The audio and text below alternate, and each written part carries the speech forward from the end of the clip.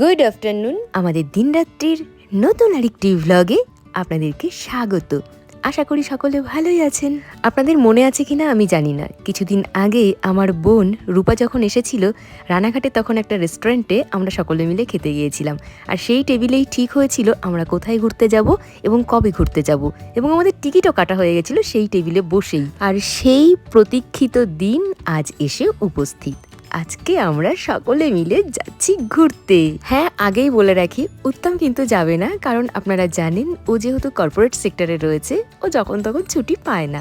যেহেতু উইকেন্ড, তাই আমি একটু ম্যানেজ করে নিয়েছি। আমার ছুটির দিন দেখে ভাই বোনেরা আমার সাথে অ্যাডজাস্ট করে এই দিনটাই সেট করেছিল। আজ রাতে আমাদের বেরোনো, এবার ট্রেনে নয়, এবার যাব বাসে করে ঘুরতে। আর আপনাদের জন্য রয়েছে একটা বিশাল বড় চমক। যাই হোক, চলুন তাহলে দিনটাকে শুরু করা যাক। এখন দুপুর 3টে। সমস্ত জামাকাপড় এনে এই ঘরে আমি রেখে দিয়েছি। আর সারাদিনে সময় পাইনি, সারাদিনে অনেক কাজ ছিল, এক ফোঁটা সময় পাইনি। সংসারের সমস্ত কিছু গুছিয়ে রেখে সব দায়িত্ব পালন করে এতক্ষণে আমি সময় পেয়েছি লাগেজ গোছানোর। আমরা বেরোবো 8:45। এখন ঘড়িতে বাজে 8:40। 8:45 দিদিদেরকে বলা থাকলো, আমি জানি বেরোতে বেরোতে 9টা বেজেই যাবে। তাহলে আমার হাতে এখনো সময় আছে 20 মিনিট। 20 মিনিটের মধ্যে আমাকে পুরো লাগেজ প্যাক করতে হবে, নিজেকে তৈরি হতে হবে, বাড়ির যা কিছু ছড়িয়ে ছিটিয়ে রেখেছি সেগুলো গুছিয়ে বেরোতে হবে। আর এখানে মেকআপের কিট, ছোটোখাটো যা জিনিসপত্র দরকার, টুথপেস্ট, ব্রাশ, সেফটি পিন, সমস্ত কিছু রেখে দিয়েছিলাম এক জায়গায়। সেগুলো খুব তাড়াহুড়ো করে এই ছোট্ট পাউচটার মধ্যে নিয়ে নিলাম। এখন এই ব্যাকপ্যাকের মধ্যে বাকি যা কিছু রেখেছিলাম সেগুলোও সব নিয়ে নিচ্ছি। এটা আমার সাথে নতুন নয়, প্রত্যেকবারই একদম 11th আওয়ারে এসে আমি লাগেজ প্যাক করি, কিন্তু এবার যেন একটু বেশি বেশি সাহসিকতা দেখিয়ে দিয়েছি। উত্তম তখন থেকে বকর বকর করে যাচ্ছে আর আমার মাথা খাচ্ছে, আমি তার কারণে আরো সব ভুলে যাচ্ছি। যাই হোক, অবশেষে আমি তৈরি, এখন বেরোবো।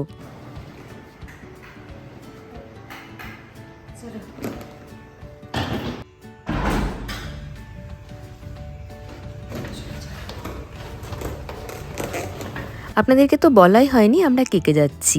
আমি, দিদি, আরিয়ান, পাপান ভাই, রূপা, বুনু আর মাম্মাম, এই কয়জনই এবার আমরা একসাথে ঘুরতে যাচ্ছি।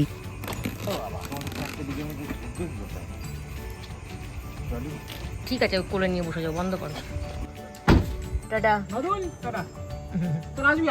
চলে আসবো, সোমবারে চলে আসবো। না, অত সকালে খাওয়া যায় না। পাপা, রূপারা, রকি, টাটা। চলে যাবো, চলো, টাটা। ফিরতে হবে তাড়াতাড়ি। উত্তম অফিস থেকে এসেছিল ওই 8:20 নাগাদ। তখন আমি একটা প্রমোশন ভিডিও শুট করছিলাম, আর যার কারণেই এতটা দেরি হয়ে গেছে। তবে সময়ের মধ্যেই আছি, আমরা পৌঁছে গেছি কৃষ্ণনগর, আর সামনেই রয়েছে শঙ্কর। আরিয়ান অনেক দিন পরে আমাদের সাথে ঘুরতে যাচ্ছে। বাবানের আবদার ছিল কৃষ্ণনগরের এই শঙ্করে দাঁড়িয়ে ওকে সরপুরিয়া খাওয়াতে হবে। শঙ্কর রেস্টুরেন্টটা ভীষণ ফেমাস, অনেকটা বড় এরিয়া নিয়ে, অনেকগুলো গাড়ি যাতে একসাথে পার্কিং করা সম্ভব, সেই জন্যই হয়তো এই ব্যবস্থা। বাবান আমাদের সাথে যাচ্ছে ঠিকই, তবে ও কিন্তু বাসে করে আমাদের সাথে যাবে না, ও যাবে ট্রেনে। ওর সাথে আমাদের দেখা হবে এনজিপিতে নেমে। যাই হোক, আমরা এখানে সরপুরিয়া বলে দিয়েছি আর ওনারা দিয়েও দিয়েছেন। দেখেই তো আর নিজেকে কন্ট্রোল করতে পারছি না। পাপান, রূপা সকলের জন্য নেওয়া হয়েছিল, তবে ওরা খেলো না, ওদেরটা প্যাক করে নিয়েছি। এখন আমাদেরকে উত্তম ছাড়তে যাচ্ছে তারামা হোটেলের এখানে। আমাদের বাস এখানেই আসবে। চলো বাবাই, বাবা। হ্যাঁ, একদম প্রত্যেকটা ইয়েতে ফোন করে দিও। হ্যাঁ, পৌঁছে আর ট্রেনে উঠে। হ্যাঁ চলো। হ্যাঁ, বন্ধ করো, বন্ধ করো, বন্ধ করো। বাবানকে ছাড়তে গেল উত্তম নবদ্বীপ স্টেশনে। ওর ট্রেন 11:30টায়। এদিকে দেখছি আমাদের বাসও চলে এসেছে। হ্যাঁ, চমক বলছিলাম ব্লগের শুরুতেই, এটাই হলো সব থেকে বড় চমক। এই বাসেই পাপান ভাই টিকিট কেটেছে 1820 টাকা দিয়ে, আর সেখানে আমি, দিদি, রূপা, মাম্মাম সব ফ্রি।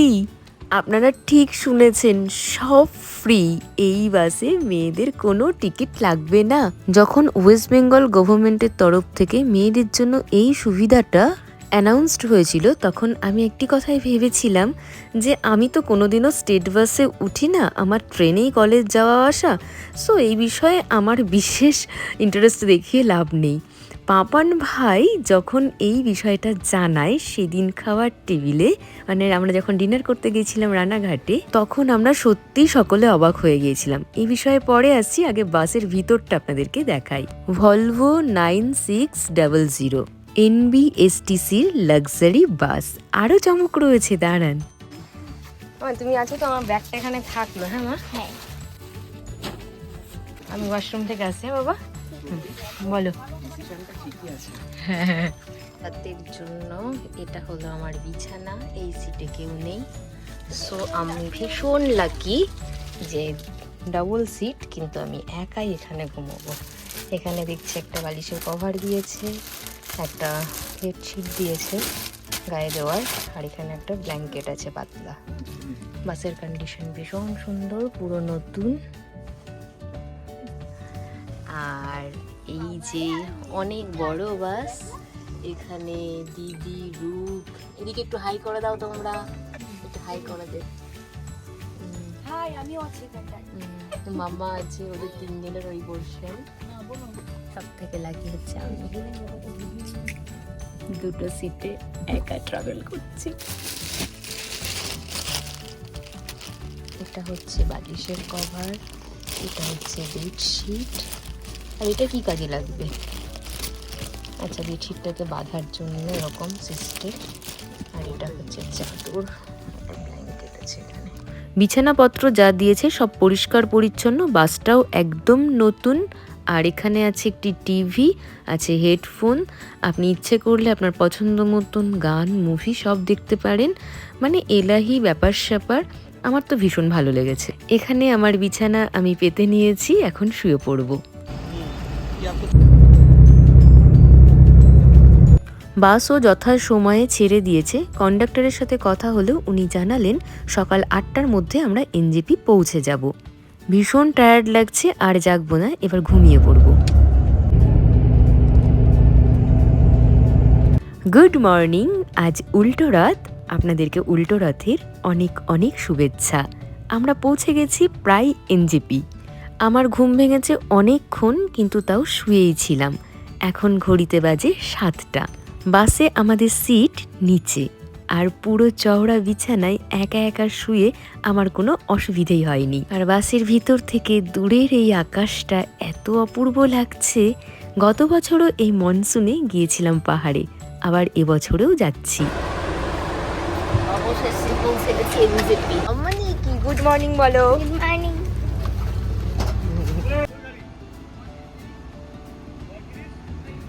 এই হলো শিলিগুড়িতে অবস্থিত NBSTCর বাস ডিপো।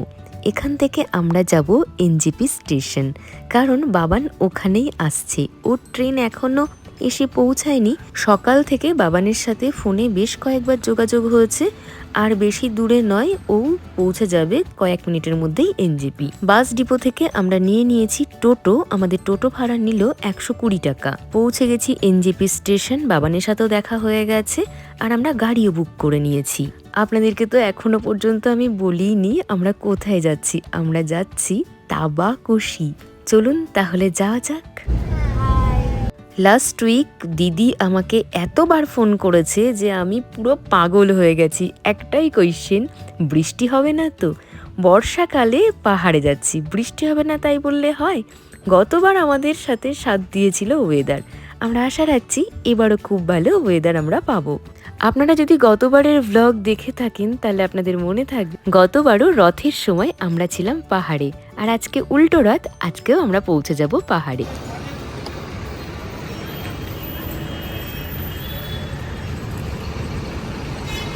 হয়েছে, চলো। আরিয়ানকে নিশ্চয়ই লক্ষ্য করেছিলেন, ও শিলিগুড়ি মেডিকেল কলেজের ছবি তুলছিল। ও বলল ওদের একটা ওয়েস্ট বেঙ্গলের গ্রুপ আছে, সেখানে এই কলেজের একটি দাদা, মানে ওদের সিনিয়র, খুব হেল্প করে, কিছু নোটসপত্র সেই গ্রুপে শেয়ার করে থাকে, প্রিভিয়াস ইয়ারের কোয়েশ্চেনপত্র শেয়ার করে থাকে। সেই কারণে ও আরও এই মেডিকেল কলেজের ছবি নিয়ে নিল। আপনাদের সাথে গল্প করতে করতে ওই দূরের নৈসর্গিক প্রাকৃতিক সৌন্দর্যের পাদদেশে এসে আমরা পৌঁছে গেছি। আর মাত্র কয়েক ঘন্টার অপেক্ষা আমরা পৌঁছে যাব আমাদের গন্তব্যে। তাবাকোশির একটা প্রপার্টি আমরা বুক করেছি ঠিকই, কিন্তু দার্জিলিংয়েও একটা স্টে আমাদের আছে। সেদিনের কোনো প্রপার্টি আমি বুক করিনি লাস্ট মিনিট পর্যন্ত।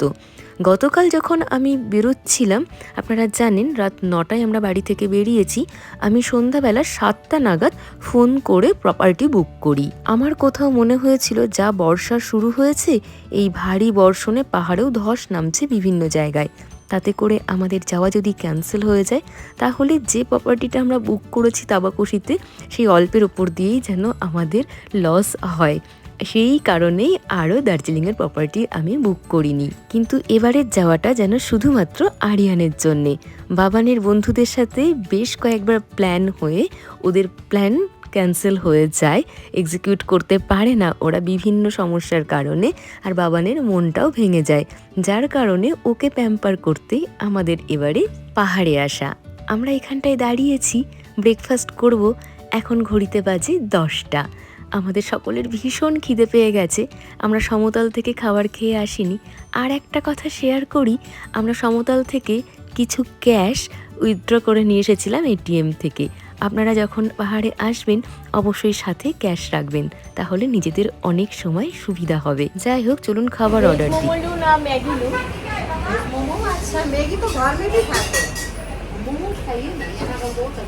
ठीक है तो भेज मोमोज दे আমারও দিয়ে দে বাবানকে দিয়ে দে বাবানের দুটো খাবার একটা খাওয়া শুরু কর নাহলে ওটা সময় লাগবে আমাদের একটা সিঙ্গেল আর খাবার তুই খাওয়া শুরু কর, তোর লেট হবে, গরম তো লেট হয়, গরম তো গরম গরম। हाँ इधर इधर एक है हाँ हाँ हाँ ले लीजिए वेज मोमो, हाँ थैंक यू ले लीजिए, अच्छा टेस्ट है, खाइए देखिएगा। আমরা সকলে নিয়েছি মোমো, আমি ভেজ, বাকিরা চিকেন, আরিয়ান নিয়েছে নুডলস, আর পাপান ভাই এখানে মোমোর সাথে নিয়েছে চিকেন থুপ্পা। খাবারের স্বাদ কিন্তু এখানে যথেষ্ট ভালো। क्रेजी ना দিদিদের মোমোগুলো আগে দিয়ে দিয়েছিল, ওরা সেরকমই রিভিউ দিয়েছে, পাপান ভাইও রিভিউ দিল।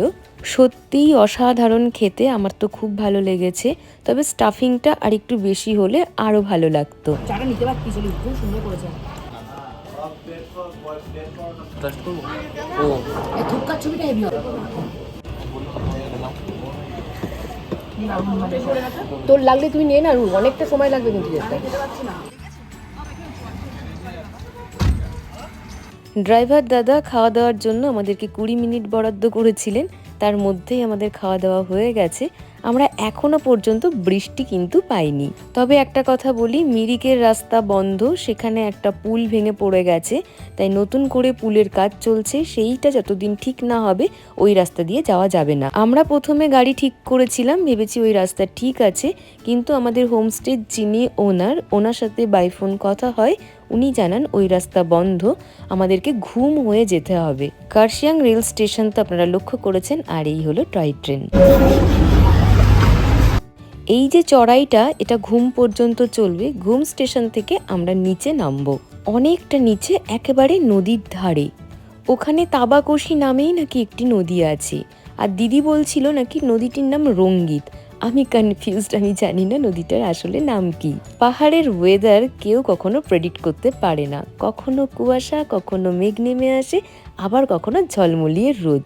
এখন দেখুন পুরো মেঘ নেমে এসেছে, আমরা মেঘের মধ্যে দিয়ে চলেছি। এখান থেকে ঘুম স্টেশন আর বেশি দূর নয়। দার্জিলিংয়ের ওয়েদার ভীষণ সুন্দর, মনোরম। আমার যতদূর মনে হচ্ছে কোনো ভারী শীতের পোশাকের প্রয়োজন নেই। আমরা প্রায় পৌঁছে গেছি লেপচা জগতের কাছে। লেপচা জগতের মধ্যে দিয়েই আমরা যাব তাবাকোশি। এটা কি লেপচা জগৎ? ডান দিকে যে পাইনের সারিবদ্ধতা, এটাই হলো লেপচা জগতের সেই বিখ্যাত পাইন ফরেস্ট। আর পাহাড়ের এই বড় বড় ফার্নগুলো আমার এত ভালো লাগে। আমাদের ওখানে নার্সারিতে আমি জিজ্ঞাসা করেছিলাম ফার্ন গাছ কত করে, ওনারা বলেছিলেন 100 টাকা করে। তা আমার মনে হচ্ছে এখান থেকেই আমি কিছু গাছ নিয়ে চলে যাই, জানি না বাঁচবে কিনা। তাবাকোশি আসার নাকি এটাই মেন রোড, কিন্তু রোডটা অফ রোড। আমি বলছি রাস্তার কন্ডিশন একেবারেই ভালো নয়। খুব দক্ষ ড্রাইভার না হলে এই রোডে গাড়ি চালানো অসম্ভব। ছোট বাচ্চা ছিল ও একাই গাড়িতে করে চলছে। রাস্ট কালারের যে গাড়িটি আমাদেরকে ক্রস করলো, ওই গাড়ির মধ্যে ছিল একটি ছোট্ট বাচ্চা জার্মান শেফার্ড। ওকে দেখেই আমরা ভীষণ খুশি হয়ে গেছি।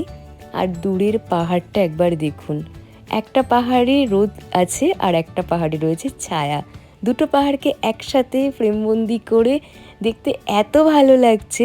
আর দূরে সাদা পেঁজা তুলোর মতন মেঘ আর একটা নীলচে আকাশ কিন্তু উঁকি মারছে। মাঝখানে কয়েক ফোঁটা বৃষ্টি আমরা পেয়েছি। তবে এখন চা বাগানের ভিতর দিয়ে আমরা এগিয়ে চলেছি আমাদের গন্তব্যের দিকে। আর খুব বেশি দূরে নয়, এখান থেকে আর 10 মিনিট মতন লাগবে, তাহলেই আমরা পৌঁছে যাব আমাদের রিসর্টে। হ্যাঁ